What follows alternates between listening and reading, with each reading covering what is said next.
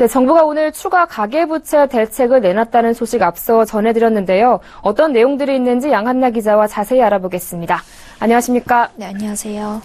네, 이번 가계부채 관리 방안의 특징을 꼽아보자면 어떤 게 있을까요? 네, 가계부채 대책으로는 최초로 주택공급 관리가 포함됐다는 겁니다. 최근 집단대출 증가의 요인이자 향후 가계부채 부담이 될 수 있는 이 주택공급 과잉을 최소화하기 위해서 택지공급 축소 등 주택경기, 주택정책 측면의 근본적인 대응을 추가했고요.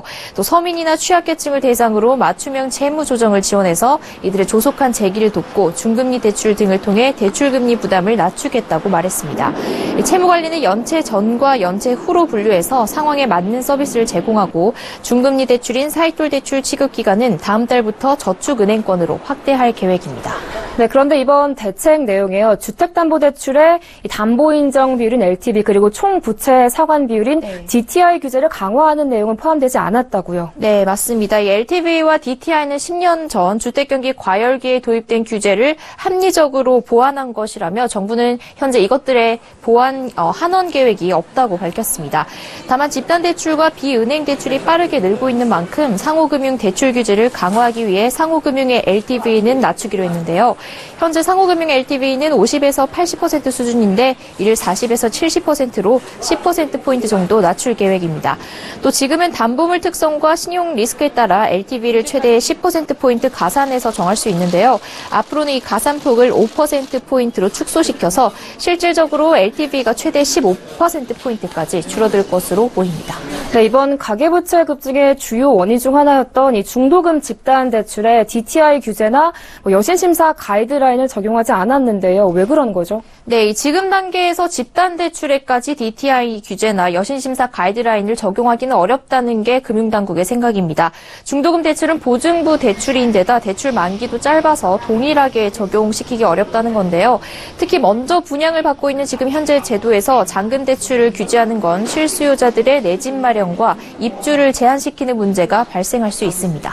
네, 은행권에서 여신심사 가이드라인 시행으로 그 풍선 효과로 제2금융권에서 대출이 크게 늘어났다라는 지적이 있었는데요. 실제로 그랬습니까? 네, 이 비은행권에서 대출이 증가하는 게 물론 이 여신심사 가이드라인의 풍선 효과라고도 볼 수 있겠지만 이거는 일부 그렇다고 볼 수 있고요. 은행권과의 대출금리 격차 축소로 비은행권에 대한 대출 유인이 커지는 가운데 비은행권에서 수익률이 높은 가계대출 영업을 강화한 것도 비은행권 가계대출이 늘어난 이유이기도 합니다.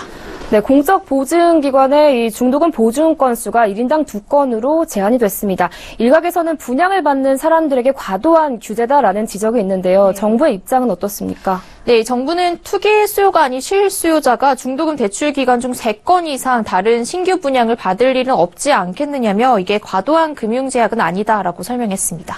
자, 전세자금 대출에 대해서 부분 상환을 이제 유도하는 부분도 있었는데요. 실효성이 있을까요?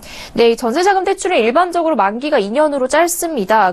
그래서 이 만기 내 대출 전액을 다 분할 상환하기는 어려운데요. 일부만이라도 분할 상환을 해서 만기 때 원금 상환 규모를 줄이고 총 이자 부담을 낮추려는 수요는 존재합니다.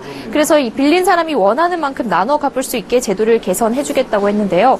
금융당국은 전세자금 대출을 부분적으로 분할 상환하는 것에 대한 인센티브를 마련해서 빌린 사람이 원하는 만큼 나눠 갖는 상품을 올해 안에 출시하기로 했습니다. 또 2년의 대출 기간 동안 전세자금 대출 원금의 10% 이상을 상환할 경우에는 주택금융공사 등 보증기관에서 전세 보증료율을 인하해줄 계획이고요. 여기에 기여한 금융사에 대한 인센티브도 제공한다고 합니다. 네, 정부의 추가 가계부채 대책에 대해서 자세히 알아봤습니다. 지금까지 보도국 양한나 기자와 함께했습니다. 오늘 말씀 잘 들었습니다. 고맙습니다. 네, 고맙습니다.